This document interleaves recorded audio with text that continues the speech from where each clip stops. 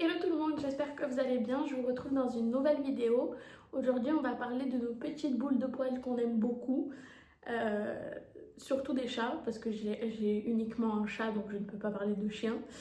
Je vais vous donner mes conseils et les choses à savoir avant d'adopter un chat, parce que c'est quand même une sacrée responsabilité. Euh, du coup, je me suis dit que ce serait plutôt sympa de vous faire une petite vidéo sur les choses à savoir avant d'adopter un chat. Parce que j'aurais aimé qu'on me prévienne de certaines choses avant d'avoir mon petit bébé. Mais je regrette pas de l'avoir maintenant, c'est mon fils et je l'aime et il est là et je suis contente qu'il soit là. Donc moi je vous laisse avec la suite de la vidéo et j'espère que ça vous plaira. Premier point, l'engagement, parce que c'est pas juste un animal, c'est un être vivant. Donc ça vit entre 15 et 20 ans, parfois plus si c'est en meilleure santé. Ce que je vous souhaite, hein. J'espère que votre animal vivra le plus longtemps possible parce que on s'y attache vite à ces petites choses. Mais c'est vraiment, faut être prêt à l'assumer sur le long terme parce qu'il faut s'en occuper, il faut s'occuper de la litière, il faut le nourrir. Même si les chats c'est indépendant, il faut quand même s'en occuper. Donc faut être prêt à assumer ça sur le long terme. Et si on n'est pas prêt à l'assumer sur le long terme, il vaut mieux ne pas en adopter du tout. Parce qu'il y en a beaucoup qui adoptent un chat en se disant bon, c'est plus indépendant qu'un chien, j'aurais pas besoin de le sortir, j'aurais pas besoin de tout le temps m'en occuper.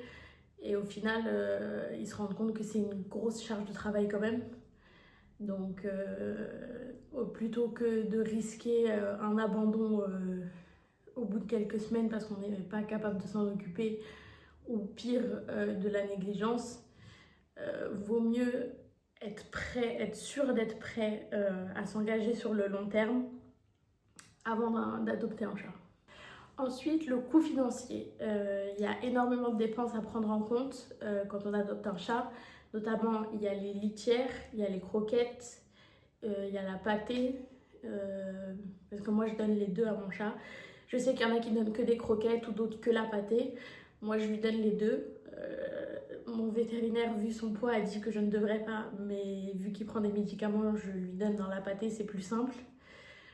Donc, il y a ça, il y a le panier, il y a les visites chez le vétérinaire à prendre en compte aussi, parce que ça, c'est un sacré coût aussi auquel on ne pense pas forcément. On se dit, bon, il n'y a que si mon animal qui est malade que j'irai chez le véto. Il y en a beaucoup qui pensent comme ça, alors qu'il y a des visites de routine à faire aussi de temps en temps pour vérifier, parce qu'on voit peut-être pas, mais il y a peut-être un problème qu'on n'a pas vu ou que le chat ne nous montre pas, parce que c'est difficile à savoir. Donc il y a des visites de routine aussi à faire et ça c'est un coût qu'il faut prendre en compte. Si vous lui prenez une assurance santé, il faut prendre ça en plus dans vos dépenses. Enfin, il y a plein de coûts, en plus de toutes les petites choses qu'on leur achète, parce que dès qu'on voit quelque chose, on pense à eux et on a envie de leur acheter et qu'on dépense plus pour eux que pour nous au final. Parce que je sais que moi, dès que je vois un jouet ou que je vois des friandises qui pourraient lui plaire ou quoi, je sais que je lui prends. Je suis plus dépensière pour lui que pour moi, alors que déjà je suis très dépensière de base. Donc je vous laisse imaginer le budget chat que j'ai tous les mois. Mais ouais, il y a ça, il y a les griffoirs aussi, pour éviter qu'ils fassent les griffes sur vos meubles. Même si vous avez 40 griffoirs, il fera quand même les griffes sur vos meubles, je vous le dis. Ça aussi, c'est à prendre en compte. Si vous tenez vraiment à votre mobilier, prenez bien en compte que quoi qu'il arrive, il va faire les griffes sur le canapé.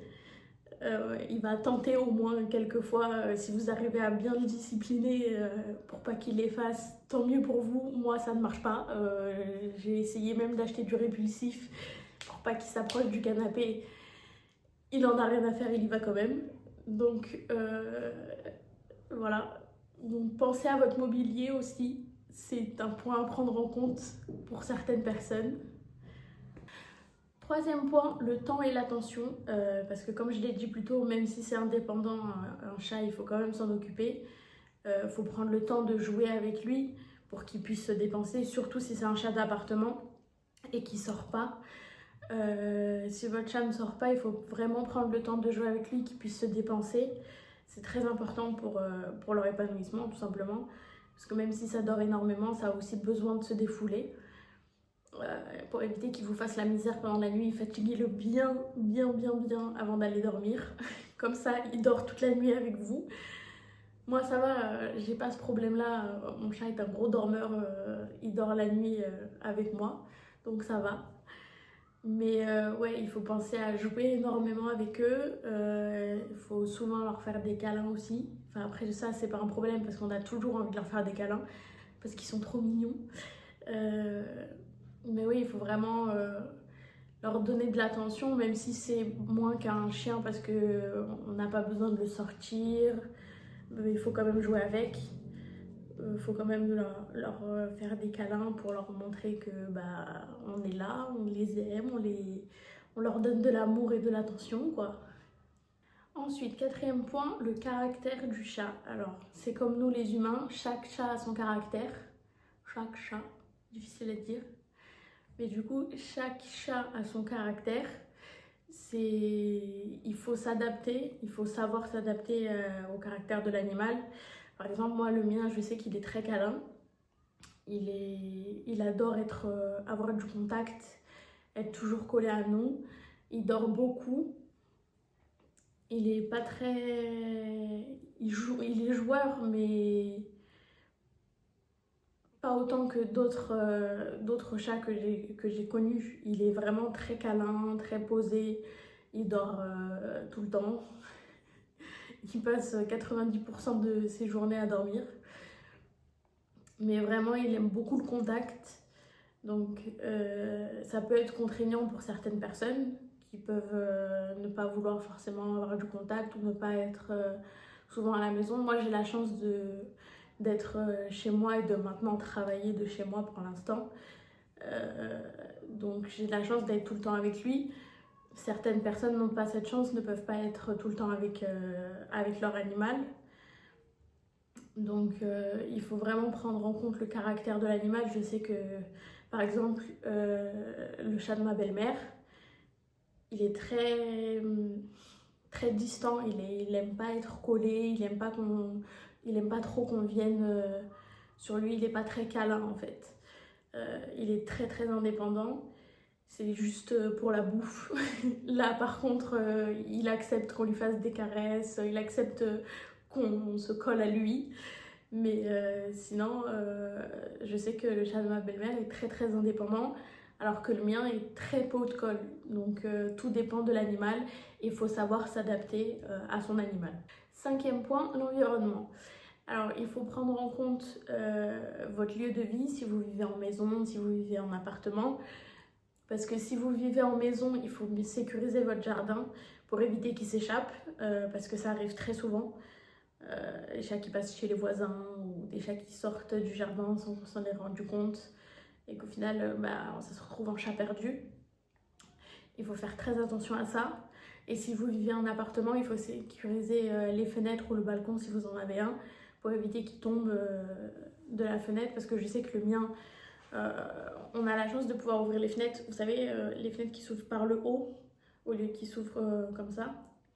Nous, nos fenêtres s'ouvrent par le haut parce que sinon, dès qu'on les ouvre en grand, il va sur le rebord et maladroit comme il est, on a trop peur qu'il tombe. Donc on ouvre uniquement par le haut. Donc c'est vraiment, il faut vraiment prendre ça en compte, sécuriser les fenêtres, sécuriser votre jardin si vous en avez un, pareil si vous avez un balcon, faire très attention parce que ça peut être très dangereux et ça peut vite tourner au drame. Ensuite, les contraintes, parce qu'il y en a quand même pas mal. Il y a le changement des litières, il y a les poils qui vont y avoir sur tous vos vêtements, sur tous vos meubles, partout. Parce que croyez-moi, il y en aura même dans votre nourriture. Vous aurez beau le brosser autant que vous voulez, il y aura des poils partout. Ça, il faut le prendre en compte. Il y a les griffures sur les meubles, parce qu'ils vont en faire. Même si vous essayez de les dresser, les chats, c'est pas comme les chiens, ça se dresse pas aussi facilement. Donc il y aura des griffures sur les meubles. Il faut prendre en compte aussi... je l'ai sur le bout de la langue.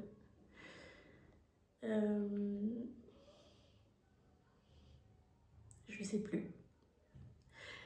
Je l'ai sur le bout de la langue, mais il veut pas sortir. J'ai dit les litières, j'ai dit les poils partout, les griffures sur les meubles. Oui, les réveils nocturnes. Oui, je sais pas pourquoi j'ai oublié ça, parce qu'il y en aura. Moi, ça va, j'ai de la chance, il dort énormément, il me réveille que pour aller sous la couette quand il a trop froid. Mais il faut prendre en compte aussi ça, parce que vous en aurez, nous au début on en a eu. Maintenant ça va, on a notre petite routine, donc il nous réveille plus trop la nuit, il nous réveille le matin. Si on se réveille pas assez tôt à son goût, il vient nous réveiller. Mais il faut prendre ça aussi en compte, que ça peut affecter votre sommeil, quelque chose qui est très important pour certaines personnes, beaucoup moins pour d'autres, mais c'est quand même un point à prendre en compte. Septième point, les absences et les vacances, parce que ça j'aurais pu le mettre dans les contraintes, parce que c'est une contrainte, mais c'est une énorme contrainte qu'elle mérite sa catégorie à elle toute seule. Il faut vraiment prendre en compte que vous pouvez plus partir sur un coup de tête comme ça, vous dire oh tiens on va se faire un week-end ou oh tiens je vais partir quelques jours. Vous pouvez plus parce que maintenant vous avez un petit être vivant à vous occuper. Il faut prendre en compte le mode de garde. Est-ce que vous allez le mettre en pension? Est-ce que vous allez engager un pet sitter? Est-ce qu'un proche peut s'en occuper? Il faut vraiment prendre en compte tout ça avant de pouvoir organiser vos vacances, parce que vous ne pouvez pas le laisser tout seul plusieurs jours, même si vous vous dites oh, je vais lui mettre plein de croquettes, de l'eau, il va se débrouiller. Non, vous ne pouvez pas le laisser tout seul. Il faut vraiment que quelqu'un s'en occupe. Donc si vous ne pouvez pas l'emmener en vacances avec vous, il faut trouver quelqu'un pour s'en occuper.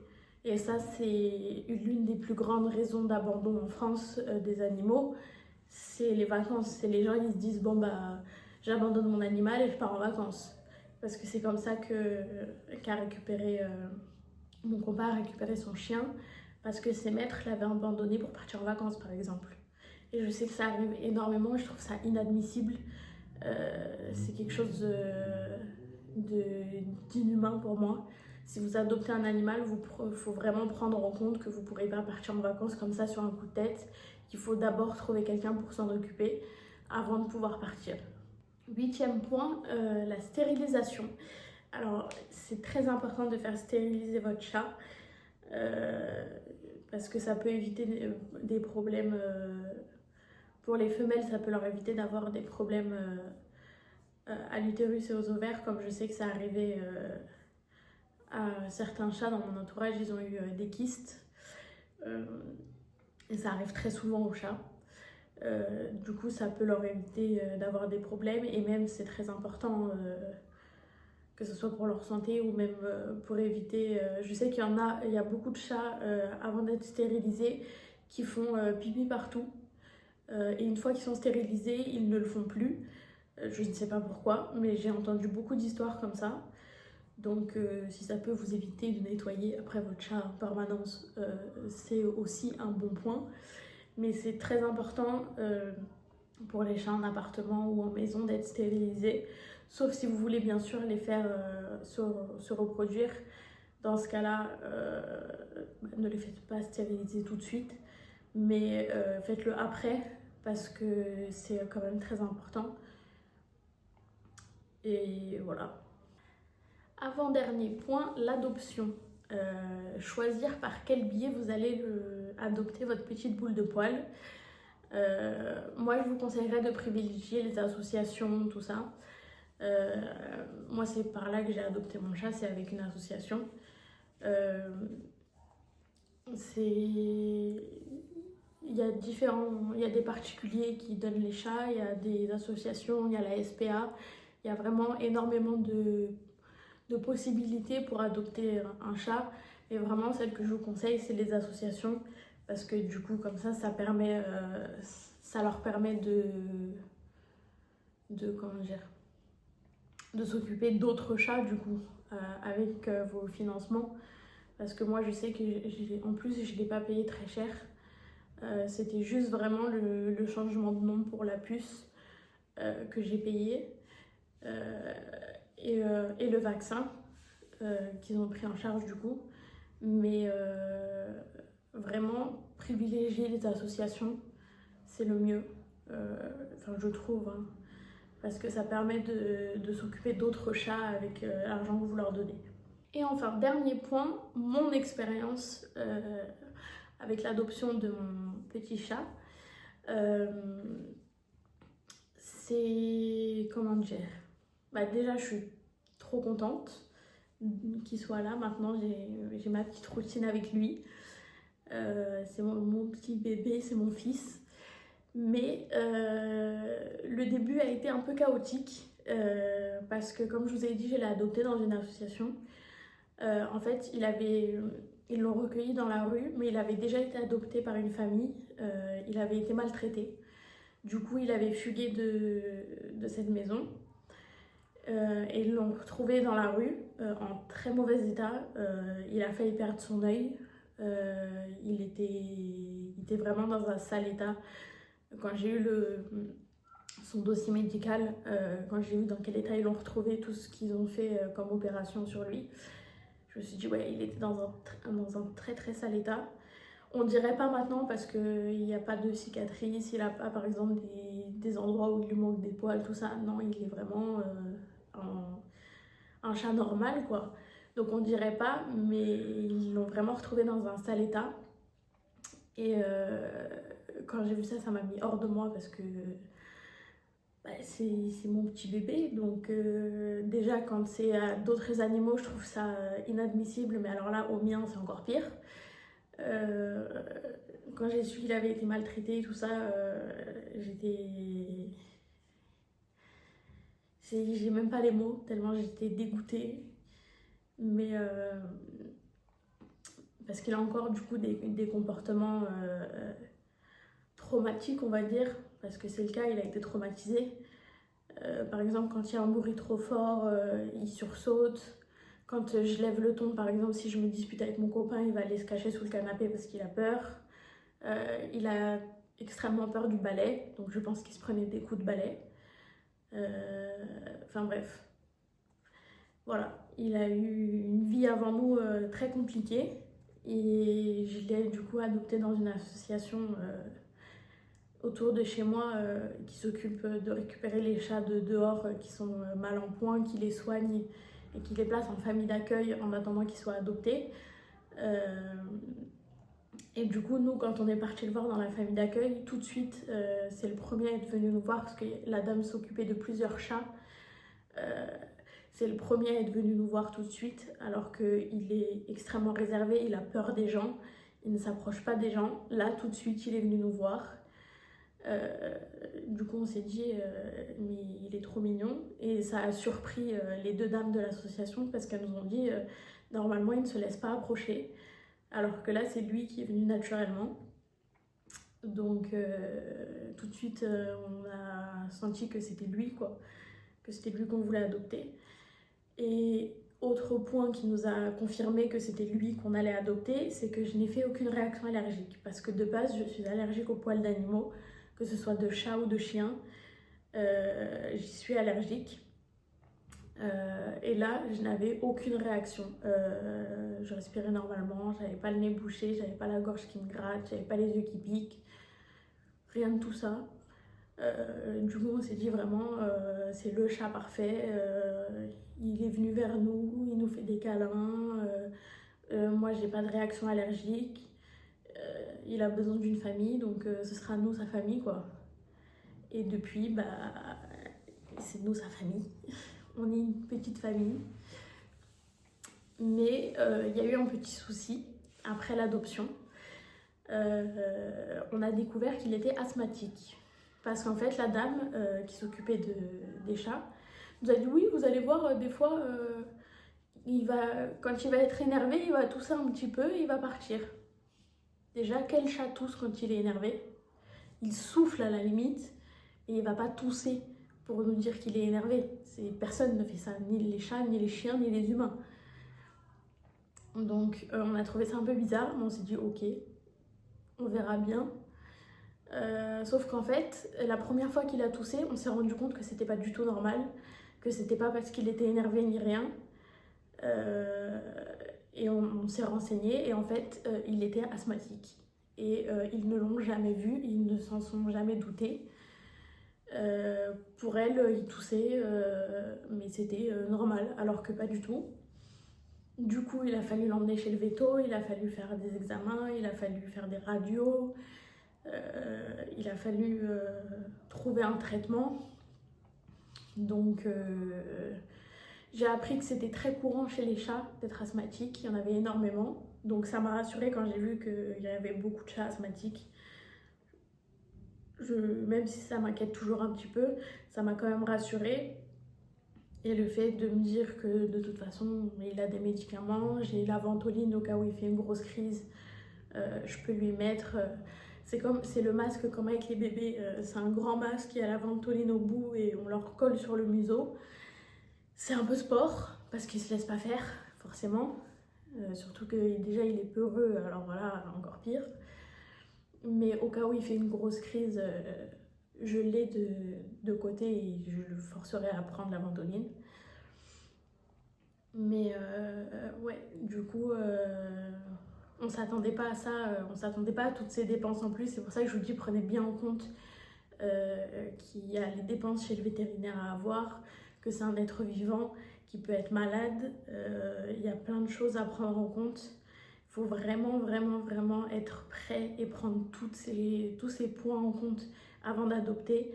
Parce qu'une fois qu'on a adopté, on ne peut pas l'abandonner comme ça. C'est pas quelque chose qu'on prend, qu'on jette parce qu'on n'en veut plus, quoi. C'est un être vivant. Donc il faut être prêt à tout ça, il faut être prêt à tout assumer. Nous maintenant, ça y est, on s'est adapté, on a notre petite routine avec notre petite boule de poil. Et voilà. On n'était peut-être pas prêt à tout ce qu'on a découvert après l'adoption, mais maintenant on s'est adapté et on a su rebondir et créer notre petite routine de notre petite famille. Et voilà, j'espère que ça vous aura plu, c'est tout pour cette vidéo. Moi je vous dis à la prochaine et je vous fais plein de gros bisous.